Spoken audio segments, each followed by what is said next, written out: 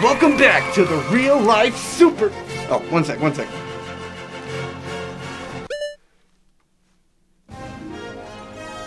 Welcome back to the real life superhero Iceberg. That's right, superheroes in real life. We're covering everything from people who dress up like a superhero and go out to help people like me, all the way to weird psychic government experiments. Now we're on part 4 right now, so if this is your first one, you're in the wrong place. Go back to part 1. All right, we're good? Okay, now let's get on with part 4. Stick with Captain Sticky, destroyer of evil, the Cape Crusader with the peanut butter. So we're going back in time for these next few superheroes to start the iceberg out. First, the hero known as Captain Sticky. After his peanut butter and jelly themed superhero gimmick. It's not for anything weird, alright? Last layer, we covered the Fox, who was active in the 60s and the 70s, but Captain Sticky covers the 70s and the 80s. At this time, there was still more wild experimentation with the idea of RLSH that I would like to see make a return, to be honest. Like, the Fox focused on interrupting environmental pollution, and Captain Sticky, he had a PB&J launcher attached to the front of his car, and he would shoot vandals that he caught. He also was a political activist standing up for, scammy car salesmen or abusive nursing homes. In 1977, he even started a statewide investigation on nursing homes that led to meaningful laws being changed. He was a very bombastic character all in all, and the launcher on his car wasn't the only peanut butter and jelly themed weapon that he had. He had just a launcher to carry, and he even had allegedly PB&J grenades. His inventions were so bombastic that when he was driving his Sticky Mobile around one day, he attracted the police to escort him because they just assumed that the vehicle was transporting somebody important from the Navy. Sadly, Captain Sticky would pass away in 2003 at the age of 57 from heart complications. His wife, Lynn Shiloh, said that his dream was to alter the course of history, and Shiloh said that he was a huge man with a huge heart filled with love for everyone. And evidently, Captain Sticky has done quite a lot of history changing, as without him, we wouldn't even have the whole RLSH community as a whole. He was one of the originals. Stick with Captain Sticky, destroyer of evil, the Cape Crusader with the peanut butter gun. Stick with Captain Sticky, destroyer of evil, it's woe to the foe and he's got 'em on the run.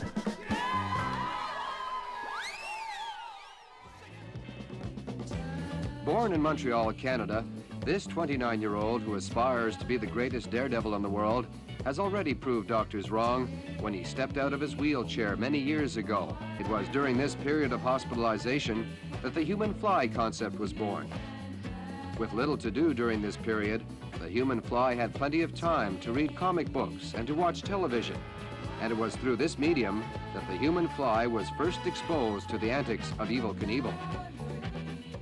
Rick Rojat was a Canadian stuntman in the 70s who went by the pseudonym The Human Fly. Now, The Human Fly was also a character in Spider-Man comics debuting in January of 1976, but the real guy was already going around doing stunts. Namely, he rode a plane. He rode the plane on the outside. He was said to give most of his earnings from his stunts to charity funds as well, setting an RLSH precedent. In 1977, he was contracted by a bunch of singers to make a hydrogen-powered jet motorcycle capable of jumping 27 buses. This officially beats Evel Knievel's record of 13 as a halftime show. And what a show it was, as he beat the record, but unfortunately crashed the motorcycle on a landing and broke his ankle, along with several other injuries. And he did all of these stunts in his signature costume, and his widespread fame led to him getting a short comic series that was inspired directly by him, made by Marvel. In these comics, his stories went a little bit differently, but the likeness and the main gist of being a stuntman, those are still at the forefront. Funnily enough, in his comics, Spider-Man makes an appearance mistaking him for the villain of the same name who appeared the year prior. The Human Fly, Rick Rojat, has disappeared after his injuries from the big one. His last known residence was in Fergus, Ontario. I'll be there at about 4:20. Over and out.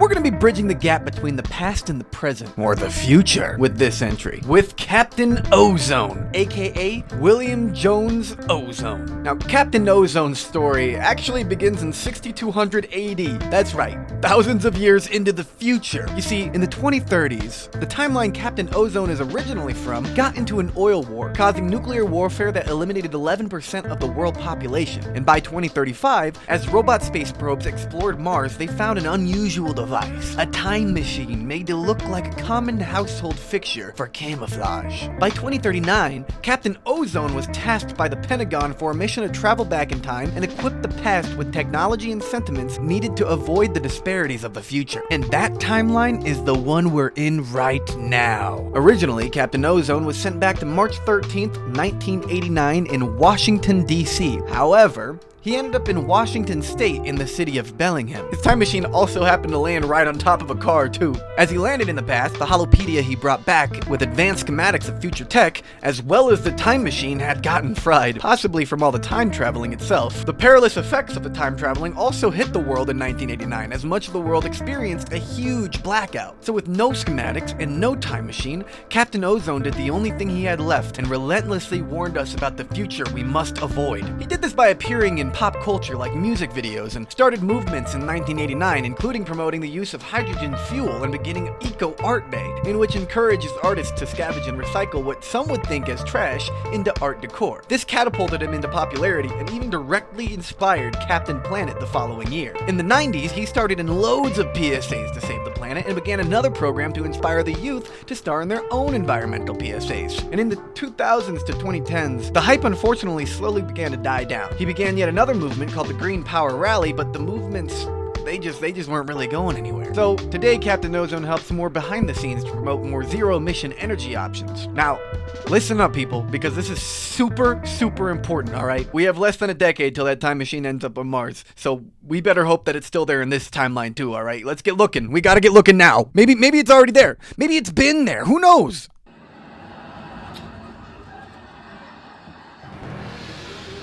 And now we're actually back to the present day with a team that started in 2023. The Justice Foundation is a team of RLSH directly inspired by the Justice League. Not the Extreme Justice League, just the Justice League. The idea floated around the Flash's mind in 2021 when he first built electric skates to patrol in, which are really cool, by the way. Unfortunately, patrolling solo in a small town led to very little action needed. Boy, do I know that feeling. So in 2023, the Flash had been in contact with several other superheroes and decided to join forces and have a wider network of help. They decided on Justice Foundation, mixing Justice League and the Future Foundation. The original team was the Flash, Green Lantern, Green Arrow, Green Robot Man, just kidding, just Robot Man, and the old Batman. This Batman would leave due to some controversies, not fit for anyone to take up the Batman mantle, and a new Batman would take his place. However, we aren't there yet. And finally, the absolute GOAT, Superman. Hell yeah, Superman! So in 2024, the team would attend and help with Chicago Hope, and also recruit both Wonder Woman and Blue Beetle, and Blue Beetle also recruited Booster Gold. After Hope, they all went back to their local locations to patrol and help their own communities. However, Booster Gold at this time had to leave due to life getting in the way, and boy do I also know that feeling. So okay, now we're there. This is also when the team had a falling out with the imposter Batman. So Blue Beetle took up the mantle instead due to having the most experience as an RLSH, officially starting under various mantles in 2019. These teams show off a pipeline into RLSH stemming from cosplaying, as that's where a lot of them got their start originally. People think you need some tragic backstory to be a hero. However, a hero is somebody who helps when they really didn't have to. And so, having no incentive whatsoever, no tragic story of parents dying to motivate you, it's very heroic in its own right. If you feel like being a helping hand to your community, do it. Speaking of cosplay pipeline leading to RLSH, let's talk about the ISCU. The ISCU stands for Instagram Superhero Cinematic Universe. Don't let the name fool you though, because some of them are on TikTok and YouTube too, so the ISCU really got popping off with Gamma Guy in 2024, starting a sort of roleplay superhero story on Instagram, and shortly after that, a few others with their own characters decided to join in too, like Colonel Korn, whose character was actually made back in 2021, but retroactively joined the ISCU. Other notable names are Squirrel Sentinel and B-Boy. It originally was just a bunch of superhero personas role-playing in different group chats with each other, right? And through some reels, and it garnered a lot of popularity and attracted some villains too, like Mr. Maze, who was actually an evil version of Colonel Korn from an alternate dimension, and he was starting this whole timeline of alternate evil versions of the ISCU. And then there are other villains like the Jizzler, there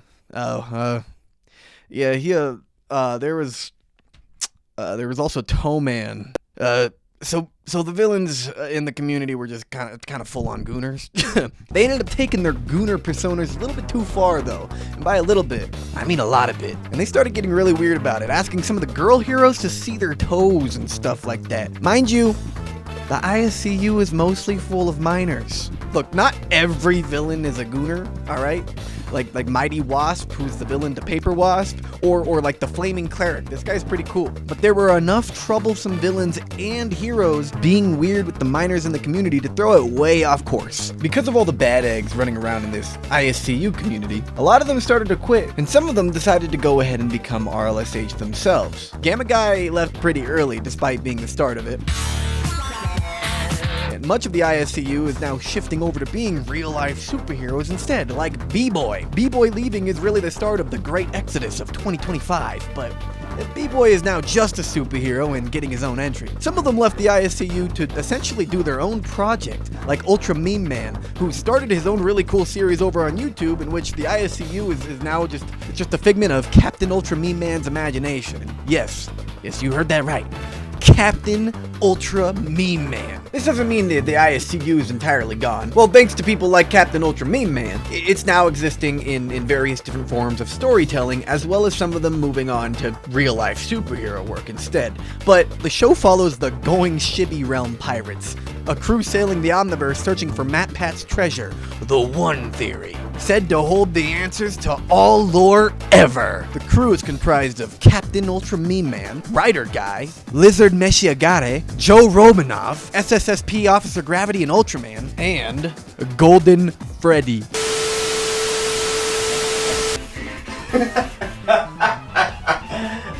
More Skyline. You really thought you could talk about the show without me showing up, now didn't you?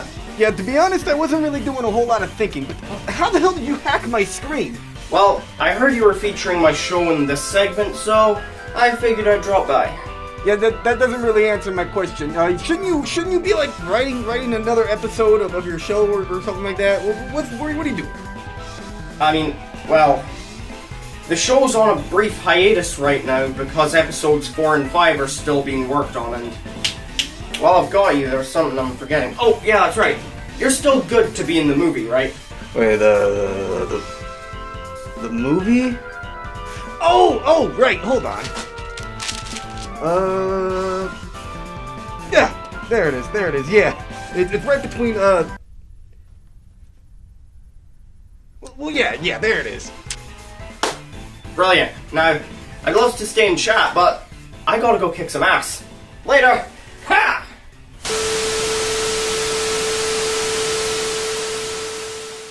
Okay, Horizon. What's up? I don't want anybody else hacking into my screen, alright? Can you, like, I don't know, install NordVPN or something like that?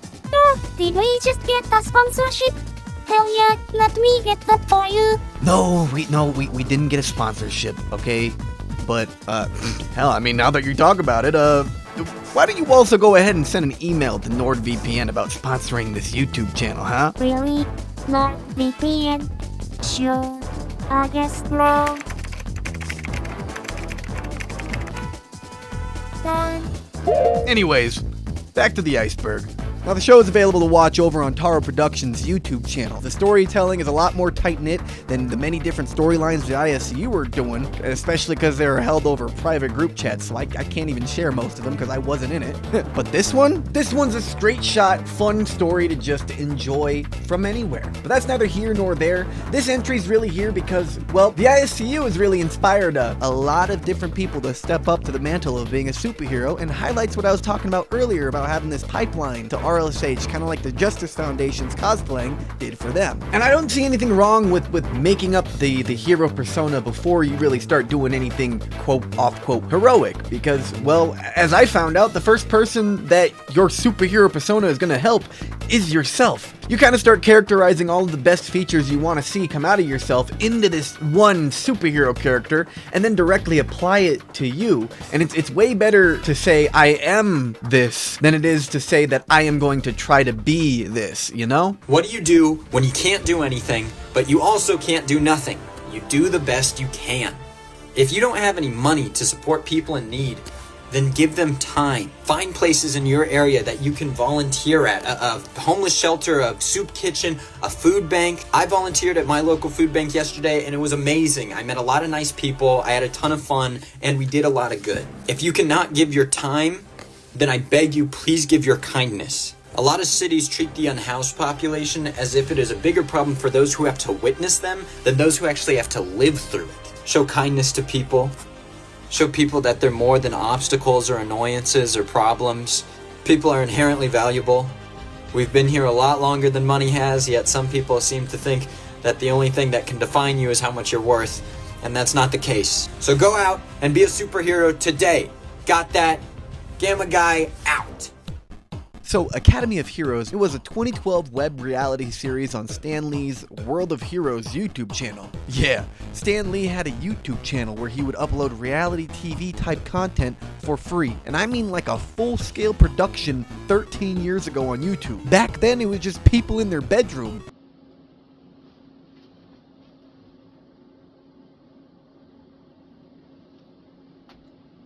The idea was that contestants were actual real-life superheroes, you know, the mask-wearing, charity, costumed activists, you know, competing in weekly missions crafted to test their heroism. It would also double as a sort of training for the hero to be better at what they do. This is how a lot of the RLSH community got to meet Stan Lee, and Danger Man got to meet John Travolta. Yeah, I'm never getting over this.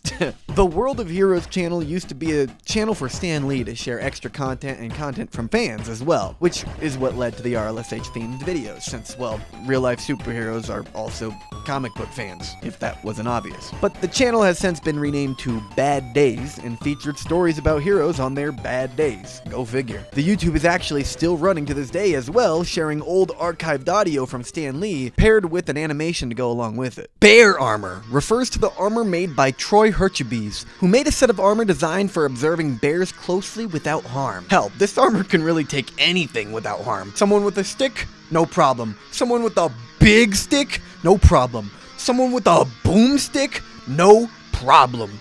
Gravity? No problem. Screw it, send a truck at him. Now, a documentary was made about his armor, but the documentary team came around when he was on Ursa Mark 6. He actually needed to make other inventions for this called fire paste, which is pretty much the exact opposite of, like, this fire paste that starts fires. It stops fires. That's because the older suits failed heat tests, and it caused internal airbags to blow up, which is kind of wild because this didn't do that. I guess steel types really are weak to fire types. Also, he eats ants. Hyperthymesia, aka highly superior autobiographical memory, HSAM. Sam. People with hyperthymesia can recall virtually every day of their lives in vivid details. Dates, emotions, events. It's like replaying a mental film reel. Or like me remembering scenes from Scooby-Doo Monsters Unleashed. But people with hyperthymesia can do this with like every waking moment. They could even instantly recall what they ate, wore, or did on a specific date from decades ago. It's an exceedingly rare condition in less than 100 documented people in the world. This is a pretty quick entry though, because it's similar to savant syndrome, but like memory with everything, not just photographic memory or musical memory or something. Next up we got Jack Churchill, aka Mad Jack. I'm not even sure if this really hits the superhero motif, but he's got like a nickname for the outrageously bold ways that he killed Nazis, so it sounds like a superhero to me. He was born in Sri Lanka but moved to England at a young age, but because his father was in the British Army, he just kind of moved all over the place. He moved to Hong Kong in his teens and then moved to the Isle of Man to go to college. He had already had a whole career in the British Army and left in 1936 to go be a news editor and male model in Kenya. He even used his archery skills to help for filming the movie The Thief of Baghdad, and represented Britain in the World Archery Championships. In 1939, he was commissioned back to the Army for World War II and served as the second-in-command for the No. 3 Commando in a mission called Project Archery, which is especially fitting since Mad Jack is known for killing Nazis with a longbow. Hell yeah. Wikipedia throws some shade at these claims, but it's only fun-hating nerds who like to edit this site, and every other source says that he killed Nazis with a longbow, and the only thing Wikipedia says is, He said his bow was crushed by a truck. screw you. He didn't say he didn't kill Nazis before that, or, I don't know, get a new bow. Shut up, Wikipedia, get out of here. Anyways, Project Archery was a success. Mad Jack played the bagpipes into war. No, literally, he played bagpipes to storm in, and they ran through the place in like 10 minutes, taking out or capturing every enemy soldier. By 1943, he was now leading the number 2 commando, landing in Italy with a longbow. So take that, Wikipedia losers, he's got a new one. Obviously, Jesus, do you guys just enjoy making the world sound lame and boring? Get out of here. Mad Jack also added a broadsword to his arsenal. Because he's that guy. He led the commando, took more names, and got in a melee fight, which caused him to drop his sword during the scrap. And then after finishing the storm, capturing more than 42 soldiers, he walked back into town to go pick his sword up. Wikipedia nerds, eat my ass! In 1944, his luck would run out though, as a particularly ambitious raid would lead them to getting flanked and losing a gunfight, in which most of his soldiers ended up dying. As Churchill was running low on ammo, he decided to play a goodbye song on his bagpipes. A mortar rained down on him and his men, and Churchill was the only survivor with no injuries. So I guess his luck didn't really run out, but he was unconscious and captured by the Nazis. They decided not to execute him though because they thought he might be a relative of Winston Churchill. He wasn't, but the Nazis weren't really smart, like at all.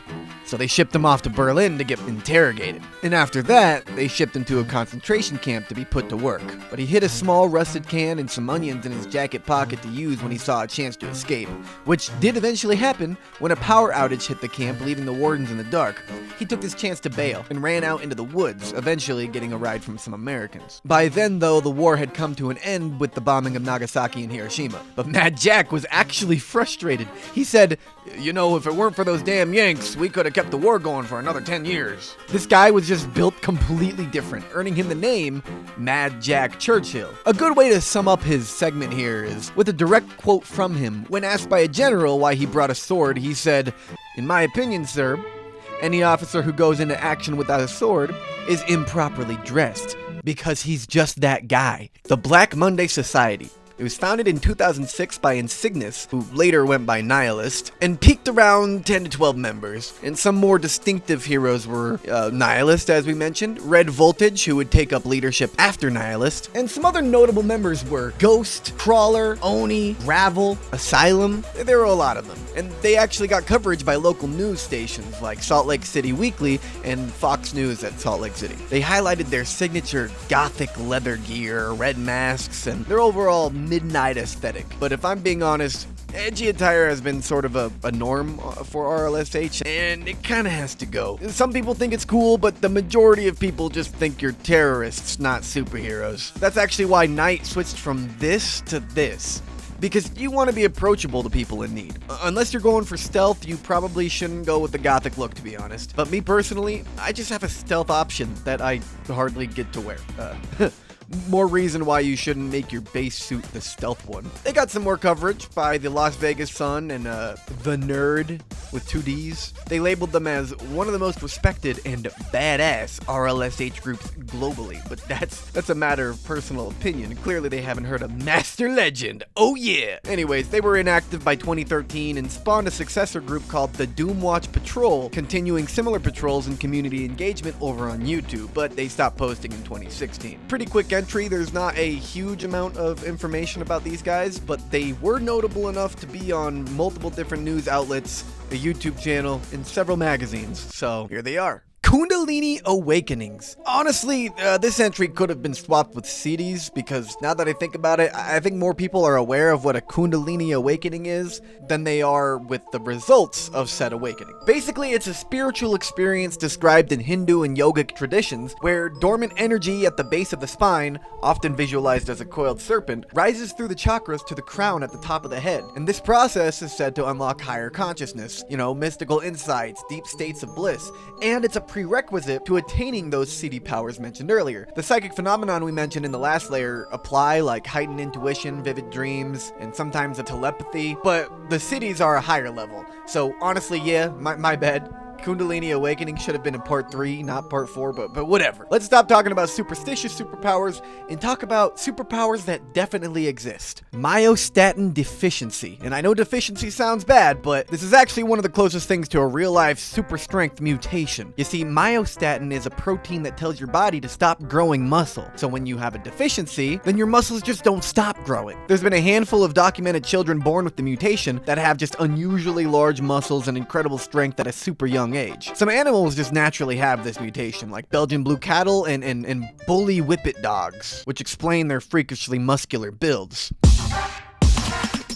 Next up, we have Dr. Adventure. He's something like an Edna Mode for RLSH in a way. He makes a lot of cosmetics, biomedical devices, composite materials, wearable technologies, and various different contracted prototypes, notably for superheroes, and specifically helped design gadgets for the New York Initiative before joining the team 4 times, so that also makes him a part-time superhero. And he went to school for biomedical engineering as well, helping fix medical equipment when he can. But he also makes large sculptures, theater props, sets, costumes, and high-end furniture. He furnished a sort of super layer that was later turned into a personal business for theater cosmetics called New Flesh Workshop. The Astrals were a team focused on spreading awareness to not being a bystander to crime, especially SA. They were founded in Georgia, but have several different branches with different teammates, like Dr. the Amazing over in Michigan, or Discordia in Tennessee, or Grey Shadow all the way over in Scotland. But the primary team consists of the Knight, Reflex, Apex, Strix, Enjo, and Wi-Fi. And the Knight, he's wearing my vest.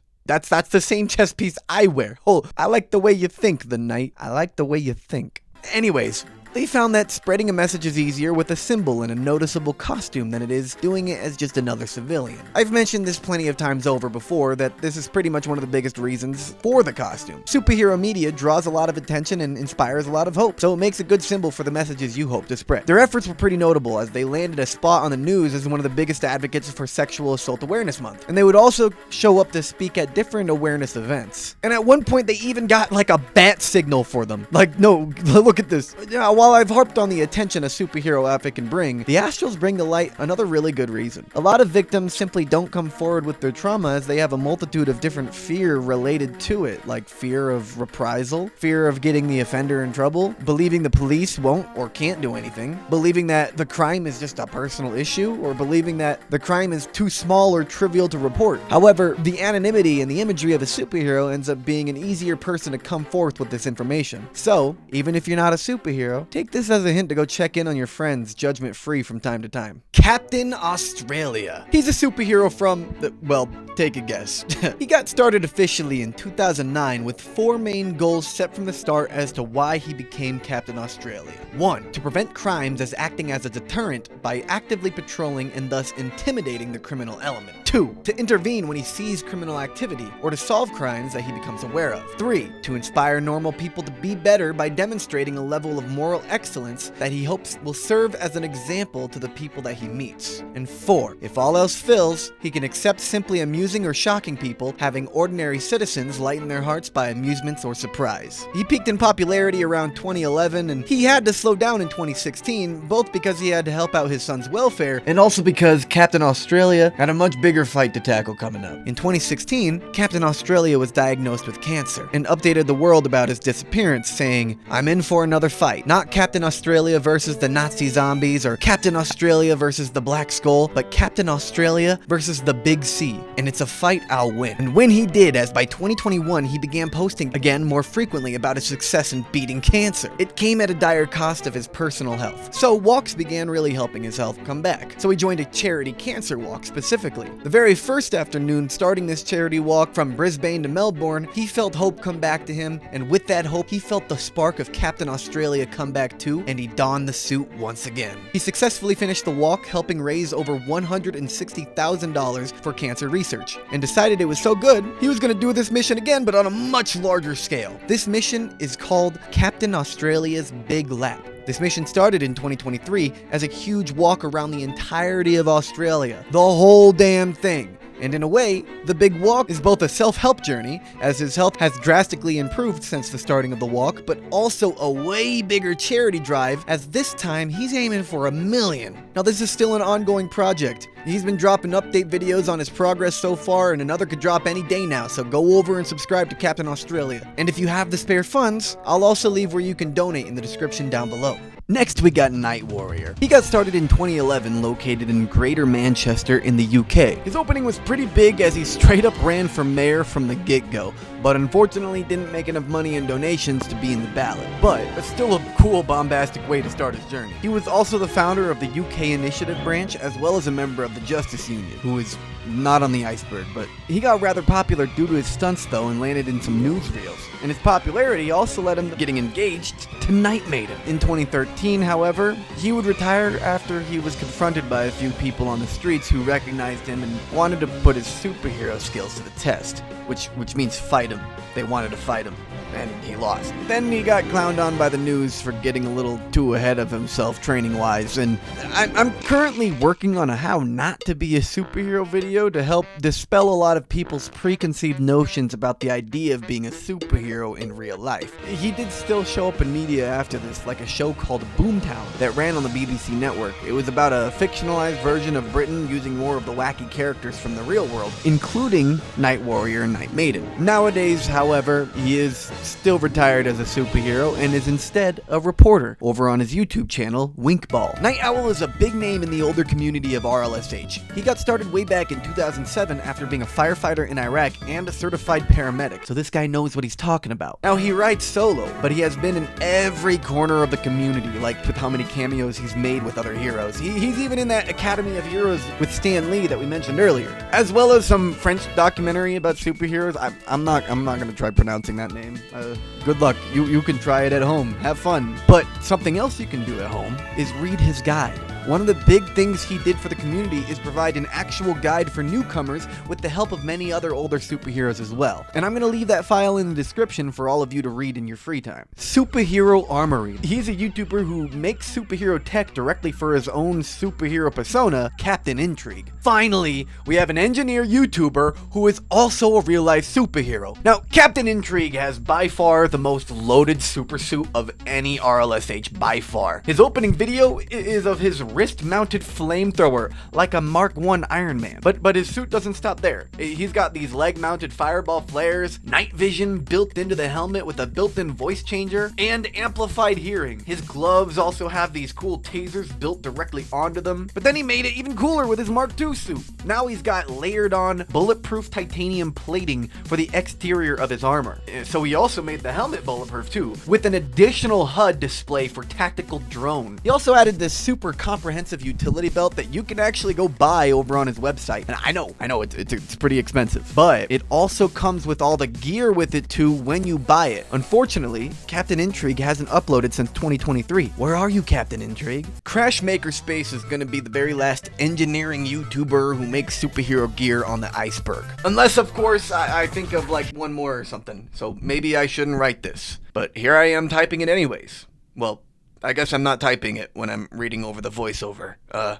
Yeah, this is getting too meta. Originally, he started off by making more cosplay-oriented tutorials, like how to 3D print parts for your cosplay that fit to your body perfectly. Even when he started making bulletproof versions of stuff, he still listed them as bulletproof cosplays. He did Batman, Red Hood, Iron Man, all in a bulletproof armor style. But then, he decided to start taking the cosplay angle into a real supersuit angle inspired by Batman. He used his knowledge of retractable blades from Assassin's Creed cosplays to make gesture-based retractable combat blade setups for his arm gauntlets like Batman. He made an exoskeleton to give him engineered super strength as well. And he made one of the most efficient forms of handling the battery and power usage of a supersuit. No bulky backpack or anything like that. Instead, he uses these like spinal power cells that looks like something straight out of Dead Space. He then also made it bulletproof.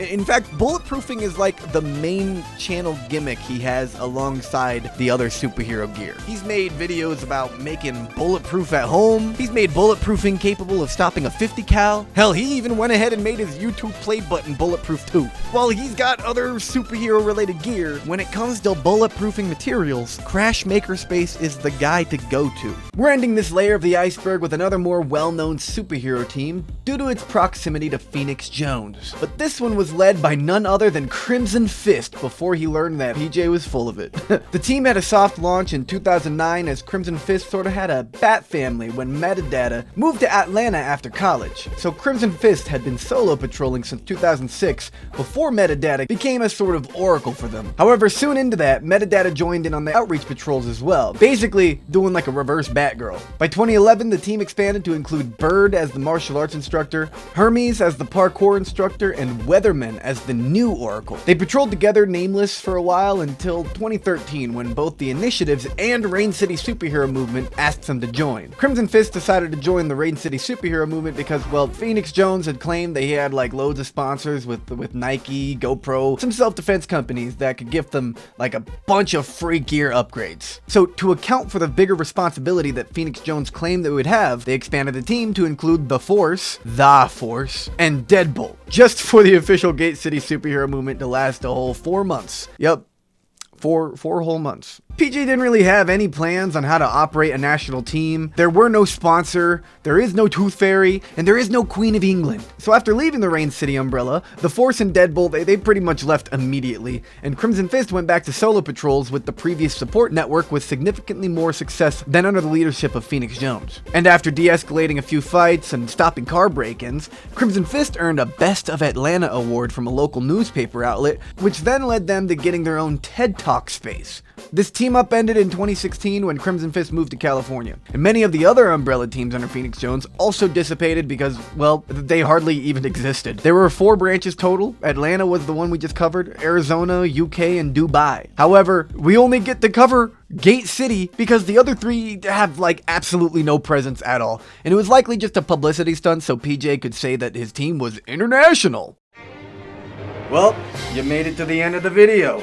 Thank you very much for actually watching all of it. Not a lot of you do, and as a treat for those who did, I'm gonna let you in on a little secret. I'm leaving my Discord link in the description of this video. So if you want to join, come on in. And hey, I mean, while you're down there, like and subscribe the video. Oh, and my channel. Subscribe.